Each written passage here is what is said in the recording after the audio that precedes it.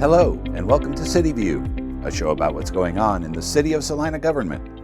In this episode, we'll take a look at the city's preparations for winter weather. We'll also tell you about the mayor's Christmas tree lighting and let you know about the annual leaf collection schedule. But first, here's a quick recap of the actions taken by the City Commission at their December 9th meeting. During their study session, commissioners heard an update on the parks maintenance plan. Parks and Recreation staff are making good progress on maintenance projects in all city parks. At their regular meeting, the City Commission approved a resolution of advisability on issuing industrial revenue bonds for Phase 2 of the city's multifamily housing project located just west of Menards.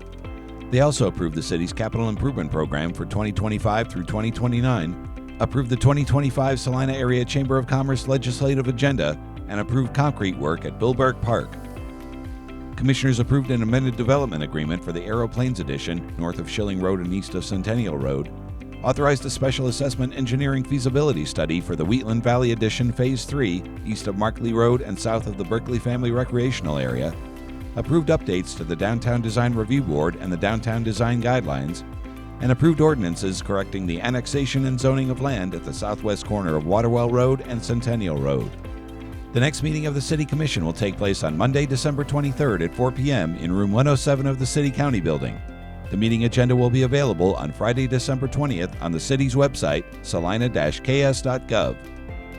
Salina City Commission meetings are available to view on Salina TV, Cox Cable Channel 20, as well as on the city's Facebook page and YouTube page. For Channel 20 schedule information, please visit salina-tv.com. Mayor Longbine officially opened the holiday season in Salina by lighting the mayor's Christmas tree. A large crowd gathered to witness the lighting and were entertained by musical acts. As we light this Christmas tree, let it stand as a symbol of hope and togetherness. Each sparkling light represents the warmth and strength of our community, from our youngest children to our most seasoned residents. We are all part of something bigger, a family bound by care and respect for one another. There are many holiday events in Salina through Christmas. Visit the arts and entertainment calendar at salinaAE.com to plan which events to attend. General Services staff will be conducting curbside leaf collection from December 2nd through January 31st, weather permitting. Rake and pile leaves between the curb and sidewalk.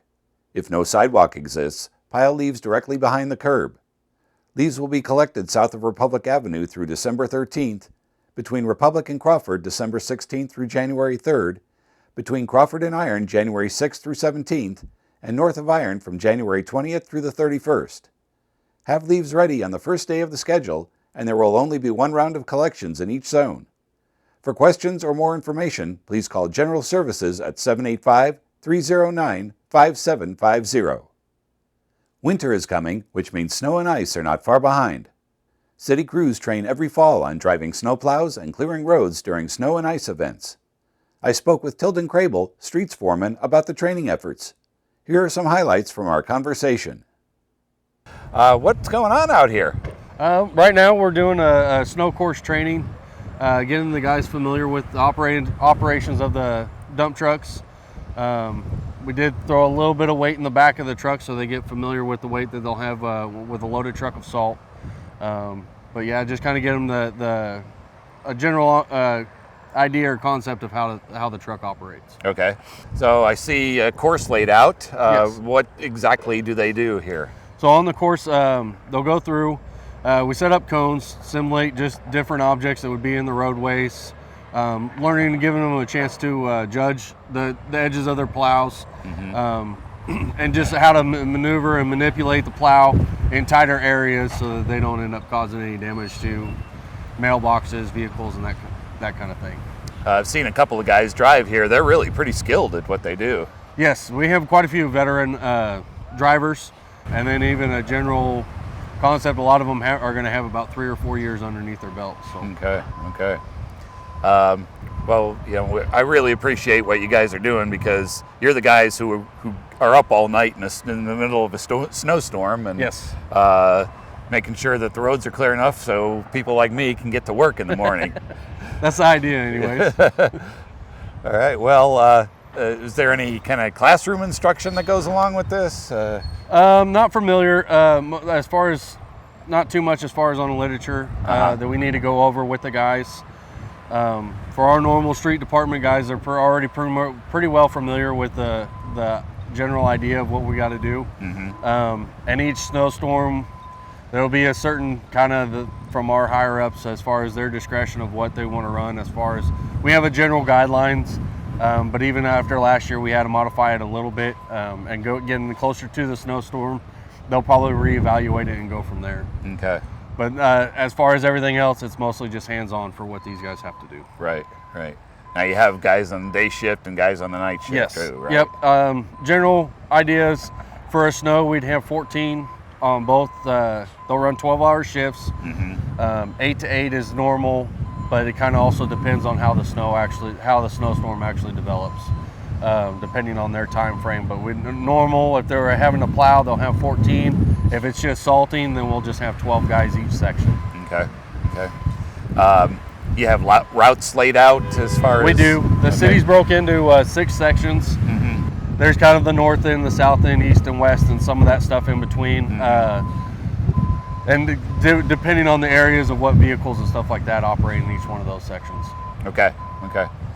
And I know you have like an order in which you plow the streets, like, you know, the main streets first, Yes. obviously, and then Yes. how does it go after that? So we'll go into what we call mains or arterials are going to be your main ones: Ninth Street, Crawford, Magnolia, Ohio. Those are the first ones. We run those in 4-man teams. Ideally, when we have proper staffing, we'll run those in 4-man teams, and they'll make basically one kind of trip down and then turn around and hit the other direction. A little bit of a rhyme to the reason of how they go about doing the sections of what works best. In conjunction, there's usually like four guys going down Ohio, and then they'll swing over and hit Schilling as another crew's working down 9th Street, and so they do well to try to hit the mains first. Right. And then after that, they're going to go move into what we call the collectors, which is going to be Cloud and all those other more major streets, but not quite as your primary routes. Once we have pretty well established a clear route on those, then we'll move into residentials. A big thing with those is not only allowing the citizens, but also fire and police to be able to make sure that they can continue operations in need of emergency. Okay. Okay. Now, is there a minimum depth that the snow has to be before the plows go out? Last year, I believe they set it at, well, they did set it at 1.5 inches last year. This year, as far as we know right now, it'll still stay at 1.5 inches, I believe. Okay. But that'll be at a higher discretion than myself to be able to make that call. Right. Okay. Well, let's show our appreciation to these guys for being out in the middle of the night, making sure the streets are safe. You guys do a great job, and I really appreciate it. Well, thank you. I appreciate that. Yeah. And I know these guys do as well. They don't always enjoy the 2 o'clock in the morning phone calls to come in and have to clear snow, but ultimately know that it's their job and that we have to all work together to be able to get it done. Right. Please visit the website on your screen to download the city's Winter Snow and Ice Control Program document for more information on the city's procedures for clearing ice and snow. Well, that'll do it for this edition of City View. For more information about any aspect of the City of Salina government, visit the city's website at salina-ks.gov. And be sure to follow us on our social media channels. We'll be back with an all-new episode of City View on Friday, December 20th. Thanks for watching, and we'll see you next time.